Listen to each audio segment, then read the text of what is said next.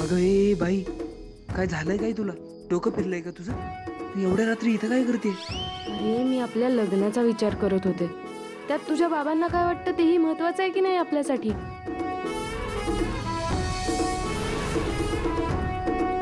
ते बघ, ते बाहेर आलेत. ए मी भेटू का त्यांना? तुझं डोकं फिरलंय का? अगं माझा बाप ना मला मारून टाकेल.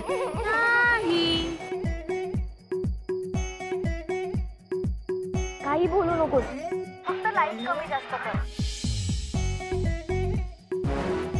त्याला म्हणा तुझ्या घरच्यांना भेटायला आले. अरे मी तुझ्या घरच्यांना भेटायला आले. माझे वडील ना खूप डेंजर आहे. त्यांना हा सगळा प्रकार कळला ना तर ते मला खेटरानी मारतील. एरवी तू माझ्या मागे मागे करत असतोस आणि आज मी आले तुला भेटायला स्वतःहून आणि तू मला जा म्हणतोयस राजा. ए बघ प्लीज, आता तू जा. उद्यापासून तू जे सांगशील ना ते सगळं मी ऐकेन.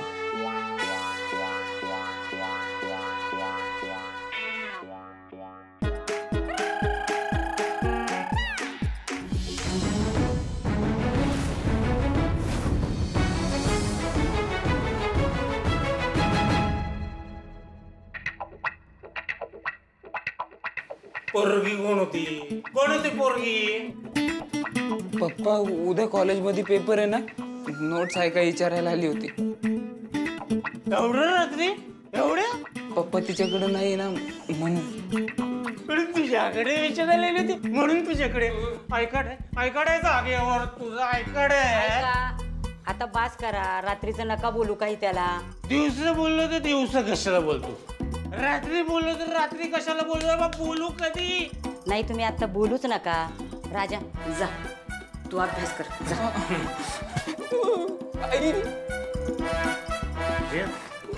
हे बघ, पोरगी बिरगीची भानगड असेल ना, पाय कापून घरात बसून मी तुला कायमचा सांगून ठेवतोय. काही नाही पोरी बिरीची भानगड. माझ्या भावाच्या पोरीशी लग्न करणार आहे तू. ठरलंय आमचं. अरे एक डोळा एकना किधर बी देखना.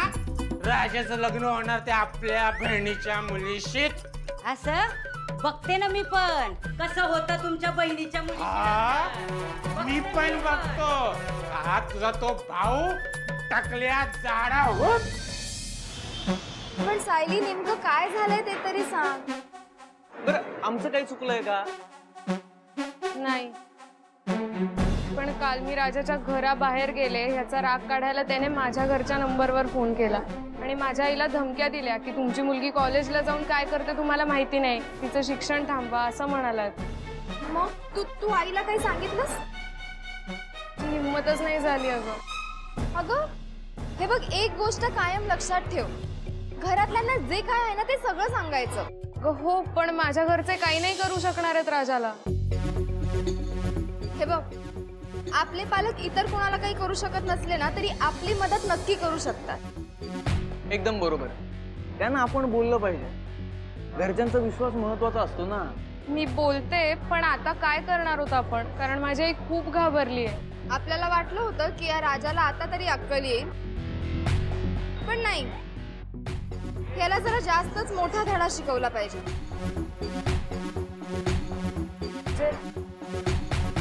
म्हणजे आता त्याच्या घराबाहेर जाऊन चालणार नाही,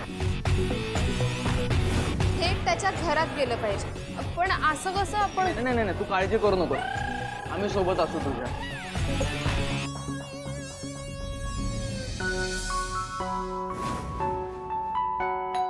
राजा बघ रे जरा कोण आहे. बघतो ग.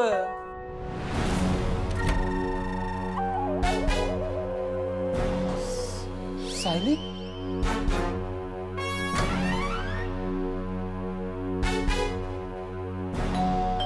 अरे कोण आहे? दार का उघडत नाहीयेस? अगं कोण नाही आई, तो एक मित्र होता, त्याला सांगितलं नंतर ये. अरे राजा कोण आहे? दरवाजा का उघडत नाहीयेस तू? कोण नाही आई, तो एक जुना मित्र होता, पैसे मागतो मला. काय नालायकपणा आहे बाई. असा कसा पैसे मागतो? तू हो बाजूला, हो बाजूला, मी बघते. नमस्कार काकू. तू मित्र? अहो नाही, मी राजाची मैत्रीण. अरे ओळख करून दे ना. हो हो हो काकू. काकू? सॉरी आई, ही सायली आमच्या कॉलेजमध्ये. अरे पण ती मैत्रीण तुझ्या कॉलेजमध्ये, इथे काय करतीये? अहो मी भेटायला आले. सायली आपण बाहेरच भेटूयात ना. हं? अरे ती पहिल्यांदा आलीये, जरा आत तर बोलवशील. अगं आई, ते कॉलेजचं सबमिशनचं काम आहे, आम्ही बाहेरच भेटतो ना. पण मी तुला भेटायला आलेच नाहीये, मी काकूंना भेटायला आले. आई आई तुला काय कळणार आहे ना सबमिशन मधलं. आपण बाहेरच भेटूयात ना. पण मला सबमिशन बद्दल बोलायचंच नाहीये. का का नाही? अगं सबमिशन किती महत्वाचं आहे माहिती ना तुला सायली. हो ना, सबमिशन महत्वाचं आहे की नाही? हो, मला आधी सबमिशनचं स्पेलिंग सांग बरं. आत्ता सांगतो. हा तर काकू, मला तुमच्याशी जरा पर्सनल बोलायचं होतं. अगं मग बोल ना. नाही असं नाही, राजासमोर नको, पण एकट्यात बोलू शकतो का कुठे? काय रे राजा, आता ही काय भानगड आहे? काय नाही का आई, ते सबमिशनच बोलायला आली होती, पण आता उगाच तुझ्या समोर नाटक करते. नाटकं का? तुझी नाटकं कळतात सगळी मला. सायली चल ग, आपण वरती जाऊन बोलूया. हा चालेल. चल. हा.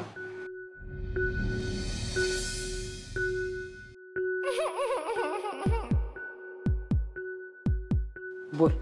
काकू तुम्हाला माहितीये, काल ह्याने माझ्या आईला फोन केला होता. तुम्ही पाहिजे तर त्याचा फोन चेक करा. मेल्या पुरींना फोन करणं समजू शकते मी, आता पुरींच्या आयांनाही फोन करायला लागलास. नाही का केला आई फोन. हो, दाखव तुझा फोन दाखव. तुला सांगते एकदम बापावर गेलाय. याचा बाप सुद्धा म्हणजे काय सांगते, एक नंबरचा लोचट. अर्धा तास त्या भाजीवाल्या बायांशी बोलत बसतो. यांची सगळी खानदानच अशी ग. माझ्याच नशिबात हे सगळं आलंय. आई तू सगळ्या घरच्या गोष्टी हिला काय सांगत बसलीये? मग कुणाला सांगू? तुला सांगते सायली, माझं लग्न झाल्यापासून ना माझं नशीबच फुटलं ग. त्याचा तो बाप तसा आणि हा माझा पोरगा असा. मला वाटलं होतं निदान माझा एक तरी संस्कार ह्या पोरामध्ये येईल, पण हा पोरगा आता पोरींच्या आयांना फोन करतो. अरे देवा, काय दिवस आलेत रे माझ्यावर. काकू तुम्ही थांबा, तुम्ही आधी माझं ऐकून घ्या पूर्ण. काल ह्याने माझ्या आईला फोन केला आणि आईला म्हणाला की त्याला माझ्याशी लग्न करायचं. तुम्हाला नक्की खात्री आहे माझ्या मुलाला त्याच मुलीशी लग्न करायचंय? खात्री? अहो दिवस रात्र मागे लागलाय तो तिच्या. रात्री बेरात्री मेसेज काय करतो. तुम्ही एक काम करा ना, तुम्ही त्याच्या कॉलेजच्या वया का नाही चेक करत? हा, अरे काय चेक करणार, एक अक्षर लिहिलं असेल ते शपथ. अहो मग तेच तर सांगतोय काका, सतत त्या सायलीला मेसेज टाईप करत असतो. लिहिणार कधी वयांमध्ये त्या? काही सुद्धा कमी पडू दिलं नाही, काही सुद्धा, अगदी लहानपणापासून. हीच तर चूक आहे, हाच प्रॉब्लेम आहे काका. काय ना काही कमी पडू नये या भीतीनं तुम्ही सगळं जास्तच केलं. 2 रुपयाची लायकी नाही त्याची, त्याला तुम्ही 2000 रुपये देता खर्चाला. आणि आता तर अख्ख्या कॉलेजला कळलंय, यांचं लग्न नाही झालं ना तर ती मुलगी बदनाम होईल. आणि वर तिच्या घरी पण सांगितलंय त्याने. आता ती मुलगी हट्ट करते की आता घरी कळलंच आहे तर लग्न करून टाकते त्याच्याशी. मग आता तुम्ही सांगा ना मी काय करू ते. लावून द्या लग्न. अरे काय मस्करी आहे का? ठीक आहे, मग ती मुलगी पोलिसात जाईल, ते चालेल तुम्हाला? हो, असं नका ना करू. एकुलता एक मुलगा आहे हो माझा. फार स्वप्न बघितलीत मी त्याच्यासाठी. माझ्या बहिणीला वचन दिलंय मी की माझ्या मुलाचं तुझ्याच मुलीशी लग्न लावून देईन म्हणून. काय तोंड दाखवू मी तिला? ठीक आहे, तुमच्या मुलाला पोलीस स्टेशनचं तोंड दाखवा. हो नको, हो असं नका करू. एकटाच मुलगा आहे हो माझा. तुम्ही सांगा ना मी काय करू ते. ठीक आहे ठीक आहे, मग तुम्ही एक काम करा, आम्ही जे सांगतोय ना अगदी तसं करा. ही बघ माझ्या भावाची मुलगी कशी परीसारखी दिसते नाही, सुंदर. आणि ही बघ ह्यांच्या बहिणीची मुलगी, कोळशाच्या खाणीतून बाहेर काढल्यासारखी काळी कुट्ट. आई तू हिला काय सगळं सांगत बसलीये? तू गब्बस रे मेल्या, साधी शर्टाची बटणं लावता येत नाही आणि निघालायस लग्न करायला. तुला सांगते सायली, मी या घरात लग्न करून आले ना तर काही नव्हतं या घरामध्ये. ह्याच्या बापाला नोकरी नव्हती की हे घर नव्हतं की 2 वेळेला खायची सोय नव्हती.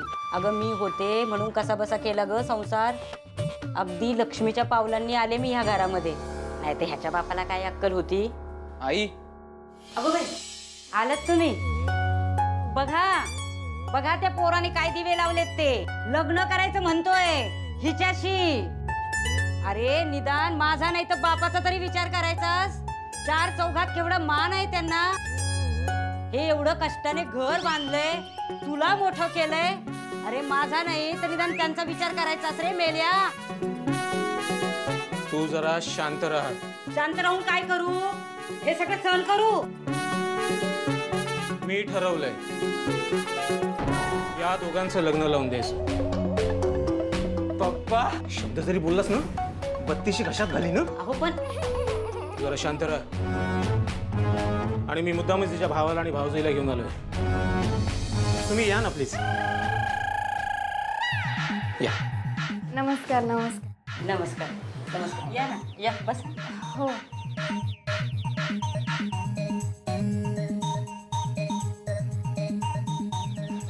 काही पाणी वगैरे. नाही नाही नको. हा आमचा मुलगा. तुम्हाला पसंत आहे ना. नाही. हो का. माफ करा, तुमचा मुलगा आहे म्हणून तुम्हाला कौतुक असेल त्याचं, पण आम्हाला एक गुण सांगा त्याच्यातला की जेणेकरून आम्हाला पसंत पडेल तो. फक्त काय ते पबजी खेळत असतो, त्यातही ते dinner dinner, mutton dinner, chicken dinner. बघितलं, तेच येतं त्याला. बाकी ना हॉकी ना फुटबॉल ना काहीच. अहो अभ्यासाची तर सोडा, व्यवहाराची पण अक्कल नाहीये त्याला. 20 गुणिले 5 पण येत नाही त्याला. एवढं काही नाव ठेवायची गरज नाही. लहान आहे अजून माझा पोरगा. हो मग मुलींच्या मागे मागे फिरायचं बरं कळतं. हा हे मेसेज बघा ना काकू. बघू बघू, मी वाचून दाखवतो ना. हा. हा. काय काय लिहिलंय ना तुमच्या मुलानं. हे बघा, तू माझ्या आयुष्यात आली आणि पहिल्यांदा माझ्या आयुष्यात सुख आलं. 100. हा 20 गुणिले 5 100. आलं आई आलं.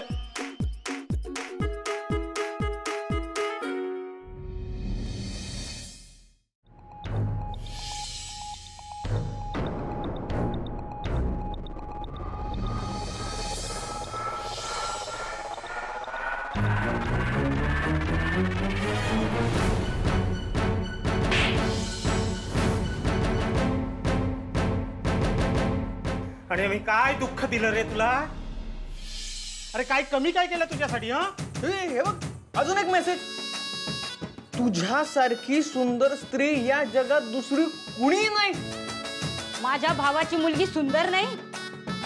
अरे घोड्या आजीने जन्म दिला त्या आईकडे बघ. ती काही कमी सुंदर आहे का. कधीतरी तिची स्तुती केलीच का रे.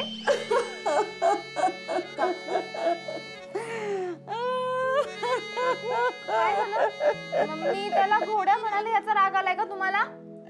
नाही ग नाही. मग माझ्या सौंदर्याचं पहिल्यांदा कुणीतरी आज भरभरून कौतुक केलं ग. भरवून आलं एकदम मला. नवऱ्याने सुद्धा कधी म्हणून कौतुक केलं नाही माझं. कधी नाही. माझं कौतुकच नाही या घरामध्ये. आवरा आवरा.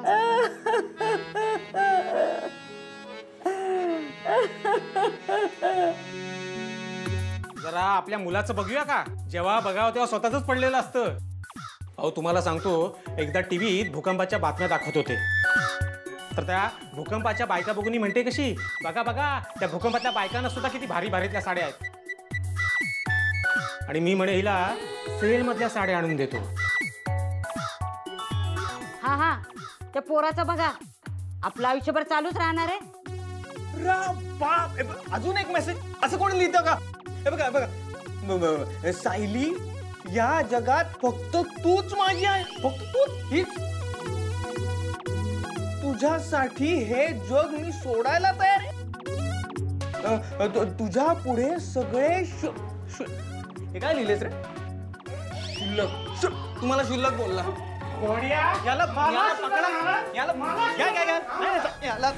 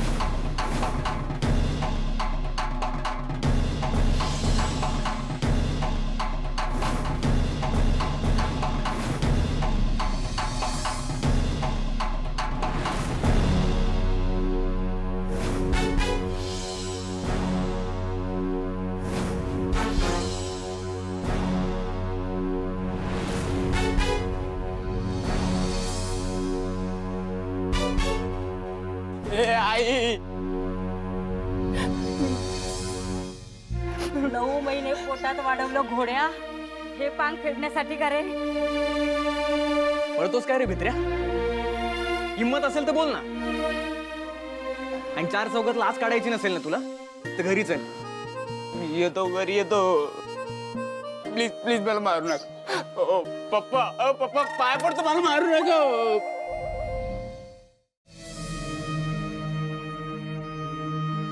आता माझ्या पोराला माफ करा. तो पुन्हा कधीच सायलीला त्रास नाही देणार. 1 मिनिट. काहीच गरज नाहीये याला सोडायची.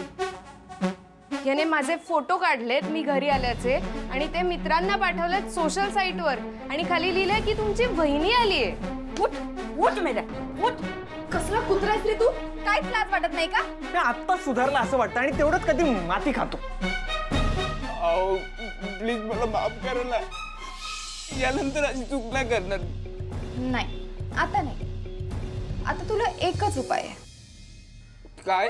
Social media live. सोशल मीडियावरच मित्रांना फोटो पाठवलेत ना, मग आता सोशल मीडियावरच सांगायचं काय माती खाल्लीस ती, आणि पुन्हा अशी चूक करणार नाहीस हेही सांगायचं. कळलं? असं नका ना करू. सोशल साईटवर माझे 5000 फ्रेंड्स येतो. वाव. अरे मग चांगली गोष्ट आहे की ही. काय ना जास्तीत जास्त लोकांपर्यंत ही गोष्ट गेली पाहिजे. सगळ्यांना कळलं पाहिजे ना. आणि मुलींना छेडणाऱ्या मुलांचं काय होतं हेही कळलं पाहिजे. आणि अशी एखादी सवाशेर भेटली की कशी धमाल येते ना हेही कळलं पाहिजे. नमस्कार राजाच्या मित्रांनो. तुमचा राजा माझ्या सोबत. आज तुमचा राजा तुम्हाला लाईव्ह भेटेल, नाहीतर थेट पोलीस स्टेशन गाठेल. मित्रांनो, आधी मी खूप वाईट होतो. मुलींना छेडायचो, त्यांच्या फोटोवर वाईट कमेंट करायचो, त्यांना त्रास द्यायचो. पण आता मला अक्कल आली. मित्रांनो, मुली जोपर्यंत शांत आहे ना तोपर्यंत ठीक आहे, पण जर का एखादी भडकली ना तर आपल्याला आयुष्यातून उठवतात. मित्रांनो, प्लीज मुलींना छेडू नका. एखादी जर सव्वाशेर निघाली ना तर आपल्याला तोंड दाखायचे लायकीचं ठेवत नाही. तुम्हाला हात जोडून सांगतो, रडून सांगतो, पाया पडून सांगतो, मुलींना छेडू नका.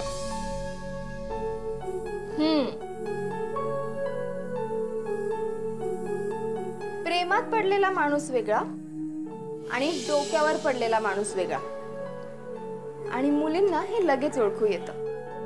त्यामुळे मैत्रिणींनो, तुम्ही काळजी घ्या आणि सावध राहा. आणि पल्ले, तूही सावध राहा. तुला नाही वाटत पोरांनी माझ्यापासून सावध राहायला पाहिजे?